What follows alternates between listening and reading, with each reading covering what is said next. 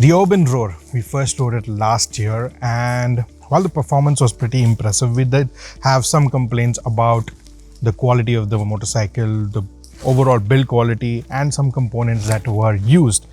But Oben has sort of relaunched this motorcycle now, and this is the production ready Rorr. And as you can see, if you had seen the last video, which will be pinned up right here, and you see this motorcycle, there are a lot of differences. Obviously, the chassis and the other components have not changed, but if you see the aesthetics, they have changed a lot. My name is Vipul, welcome back to Motoroids, and in this video, we're going to take a look at the production ready Oben Rorr. And stick around till the end of the video so that you get all the details about this electric motorcycle. So let's get started with the changes. So if you saw the last motorcycle and you see this one, you will see quite a few differences. Most of them are aesthetic. Now, if you come here and see this cowl, this was not there on the previous motorcycle. It has been added here. This whole assembly for the screen has been changed. This is new. Right here you will see graphics and the UBA branding right here. You have the Oben branding and you have the Arcs frame branding right here, and some new graphics on the overall motorcycle with the red and black paint scheme. Now, besides this, there's one more color, which is the neon yellow, and you will see that in the pictures as well. And you get this new tire hugger as well. If you see this assembly, this has been changed, and you get this reinforced number plate holder as well. And on this side, you will see that there is a sari guard added as well. Besides that, the cover for the belt drive has also been changed, which will help improve the life of the belt. And if on the last motorcycle, I had shown you that this flap right here, which is a storage unit, used to come off completely, but now it does not, and you get some storage space right here. And if you see this hatch, you have to release this and you can pull the seat out, and under the seat now you get a charger, a portable charger, which can be used to charge this motorcycle anywhere that you go. So in the previous motorcycle, you had a cable hanging from the motorcycle and you could plug that into normal 3-pin socket, but now this is a storage space. The battery is provided separately and it's included with the motorcycle. Besides that, there are no other changes on the motorcycle. The weight of the battery has gone up a little bit because Oben had to make some changes to the battery pack in order to fulfill the AIS 156 phase 2 norms, and which has helped the motorcycle in a way because the center of gravity is much more better because of the added weight. In terms of tech specs, the power has gone down. In the first motorcycle, it used to produce 10 kilowatt of power, but now it does only 8 kilowatt, which translates to about 10.7 PS, and the maximum torque is 52 Newton meters. The battery pack is a 4.4 kilowatt hour pack, which is similar to the previous one. But one unique thing about the Oben Rorr is that, unlike other EVs, this uses the LFP chemistry for its battery, and which means that it gives much more life to the battery. It has 30% more heat resistance as compared to the regular lithium batteries that you see on the other EVs. Now, as you can look at the motorcycle and tell that the ground clearance is pretty good. It's 200 millimeters and the seat height is 780 mm. And the height could be a little tall for some riders. As you can see, I'm not completely flat footing. I can do it only with one foot and my other foot is tiptoeing. So my height is 5'9" for reference. If you are 5'6", 5'5", you will be tiptoeing on this motorcycle. Other than that, the seat cushioning is pretty good. It's pretty comfortable. My only gripe with the seat is that it's a little too slanting and it pushes me towards the motorcycle, which is good if you are riding in an aggressive position, and if you're riding fast, it really helps. But if you are riding in the city at slow speeds, I found myself moving back at various occasions. Other than that, the comfort and the cushioning is pretty decent. Overall, the riding position is also very comfortable. Put a lot of weight on your wrists, and so in the city, when you're riding slow, you're riding through traffic, this is going to be a comfortable riding position. Now, let's quickly take a look at the display. And you get the speedo right here. You have the telltale lights right here. Range and odometer are here. You also get a clock. This is the battery charge level. Now you get 3 riding modes, and by default you will start in the eco riding mode, and you hear this beep sound. whenever the motorcycle is stationary but the motor is running, it will keep making this sound so that you understand that the motor is running, because the motorcycle is so silent. Now that the motor is running, we cannot hear it. And when you're parking, and if you're in a parking spot and you're just moving the motorcycle around, it kind of gives you a reminder that the motor is still running, and you just don't twist the throttle, and it could turn into a mishap. It is a nice safety feature. This button right here helps you change the modes. So you can go from eco to city and then into havoc mode. And other than that, you won't get any features. It does come with an inbuilt SIM card, which is used for its connected features like geofencing and tracking the vehicle, etc. The visibility is pretty clear, and also in broad daylight you can see the display really well. The switchgear quality also seems to have been improved. They're not as flimsy as they were before, and they have a nice reassuring click to them. This is what the horn sounds like. The mirrors are also nice and wide. They give a nice view of what's happening behind. The visibility overall is pretty good. Now, if you look at the pillion seat is also raised up, and the pillion might slide in front, or when you're riding fast and you're braking hard, the pillion might come and slide into the front. But this grab handle is there, so this is a nice sturdy grab handle to hold on to. Also, another notable feature is this self-retracting foot pegs. So if the motorcycle falls, close themselves in, and they won't break, and it will save you some repair costs as well. Now let's talk about the performance. Now, if you speak about the performance as compared to the older motorcycle, the outright acceleration has decreased by some margin. If you did not ride the previous motorcycle, it's hardly noticeable, but it has been done for safety reasons and to give a better range as well. It comes with 3 riding modes. By default, it will start in the eco mode, then you can go up to the city mode, and finally the havoc mode. In the eco mode, you can go up to 50 kilometers per hour. That's the cutoff speed. And in this, the acceleration is not as fast as you would expect an electric motorcycle to be, but you get ample performance to maneuver through traffic. However, making quick overtakes would be a challenge in the eco mode. The city mode, on the other hand, is a good balance between performance as well as range.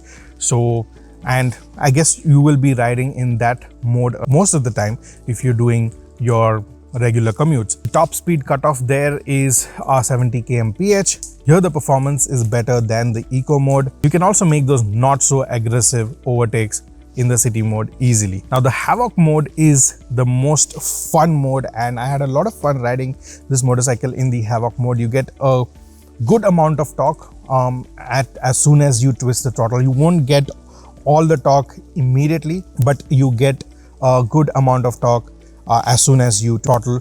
And the top speed on the havoc mode is 100 kmph. So to overall balance the range, you will find yourself switching between the modes. Now, one thing to note is that when you press the brake, you would not be able to change the modes. So you can easily change the modes on the fly, but you don't have the brakes applied. So, and in a stationary position, if you have brakes applied, you can't switch between modes. Speaking about the range, the claimed range on the Indian Drive cycle is 187 kilometers. However, in real world, in the eco mode, you'll get about 120.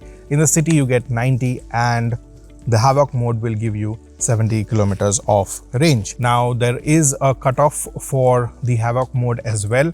So when the battery comes down to 20%, it will switch you back to the eco mode, and then you won't be able to switch up to city or the havoc mode. In the havoc mode, you can do 0 to 40 in just 3 seconds. Now, in terms of the ride quality, I found that the suspension is a little stiff, which is kind of the nature of every electric motorcycle. And when you go fast, it becomes much more comfortable, but at slower speeds, you will feel the sharp bumps. However, overall during our ride, it has been pretty comfortable. I purposely went on some bad patches of road at high speeds, and it was really comfortable doing those. If you are at a very slow speed and you come across a sharp bump, you are going to feel it on the handlebar. The CA tires also offer decent grip. The brakes comes with what Oben calls unified brake assist, which means that if you apply the rear brake, some portion of the front brake will also be applied. It works like the combi brake systems that we have seen in other scooters and motorcycles. Overall, the braking performance is really good. You press the rear brake and instantaneously you will see that the motorcycle is decreasing speed and you come to a halt. If you want to come to a quick halt, hold both the brakes together, you will come to a standstill pretty quickly. Overall, the Roar is pretty planted on the road even when you're doing high speeds. The only thing I wish was improved is the front of the motorcycle seems a little light, and at higher speeds you will notice that it is not very reassuring. And so if you're riding at very high speeds and you come across really bad patches, and this handlebar seems to move a lot. If there was some amount of weight right here, it would have been more reassuring. Otherwise, there are no complaints with the ride quality per se. Now, in terms of charging, the motorcycle comes with a 750 watt charger, which you can connect to a normal home socket and you can charge the motorcycle. It will take about 6 to 7 hours to fully charge. Now, you will also get an optional charger, which is a 2.2 kilowatt home charger, and that one will charge the motorcycle from 0 to 80% in just 2 hours. Now, that is not included with the motorcycle. It's not included in the price. It has to be bought separately, and that charger, if you want to get it fixed at home, will cost you 27,000 rupees, which includes the installation charges as well. In terms of price, this is priced at 1,49,999 rupees, so it's 1.5 lakhs, and the price has gone up incredibly if you compared it to what it was being priced at earlier. However, this price is without the subsidies, so if in your state there are any state subsidies that are available, you can go ahead and avail them, and that cost will be reduced from the overall cost of the motorcycle as well. Now, in terms of warranty, this comes with a 3-year 50,000 kilometer warranty, and it can be extended up to 5 years and 70,000 kilometers. Now, you get a good warranty. The company has a lot of trust in the LFP battery system. That is why you will see that you get an extended 5-year warranty as well. That extended warranty of 2 years and 20,000 kilometers will cost you 9,500 rupees. The warranty on the motor is 3 years or 50,000 kilometers. You can get the bike serviced. The first 3 services will be free up to 5,000 kilometers. So you'll have to get those 3 services done at very quick intervals. Colors, like I mentioned, you have a red and black and a neon yellow and black combination. These are the only 2 colors available as of now. Now, to conclude, the Oben Rorr has seen a lot of improvement in terms of its fit and finish and the quality of materials used as compared to its previous iteration. However, the price has also gone up significantly. Previously, it was priced at 99,000 rupees, including all the state subsidies, but now it's priced at 1,49,999 rupees. Obviously, if you get subsidies in your state, those will be applicable and the price will go down further. However, does it justify the price? Well, if you ask me, it has some things going for it, like the performance, the looks. It looks really nice, and it is a motorcycle in the electric form. So if you don't want an electric scooter, you want something that looks good, looks like a motorcycle, you can go with the Oben Rorr. However, the instrument console is very rudimentary. It could have been better and offered more features considering the price that it is sold at. Besides, there are still some niggles in the fit and finish and the quality of materials. And then there is the question of the touch points, the availability of dealerships, showrooms, and after sales service. Now, Oben had introduced the Rorr 1 year ago, but we can see the deliveries happening now, and there are 52 of these on the road, which 27,000 in a back order. However, we've been told that the production has been ramped up, and by Jan 2024 we will see a full-scale production happening at the Oben factory here in Bangalore. I would wait till January 2024 to see how Oben delivers on its promises and starts delivering the products on time. Now, another thing that you should note is the LFP battery chemistry that the Oben Rorr uses, which is much more durable and it is resistant to heat. So in terms of durability of the battery, you will get a better deal here as compared to the other motorcycles. So that's something that is very important that you note when you make your purchase decision. So that was the Oben Rorr electric motorcycle for you. Let us know what you think about this motorcycle, and if you have any questions about this motorcycle, let us know in the comments below. Subscribe to Motoroids if you haven't already. Press that bell icon so that you get notified whenever we upload more of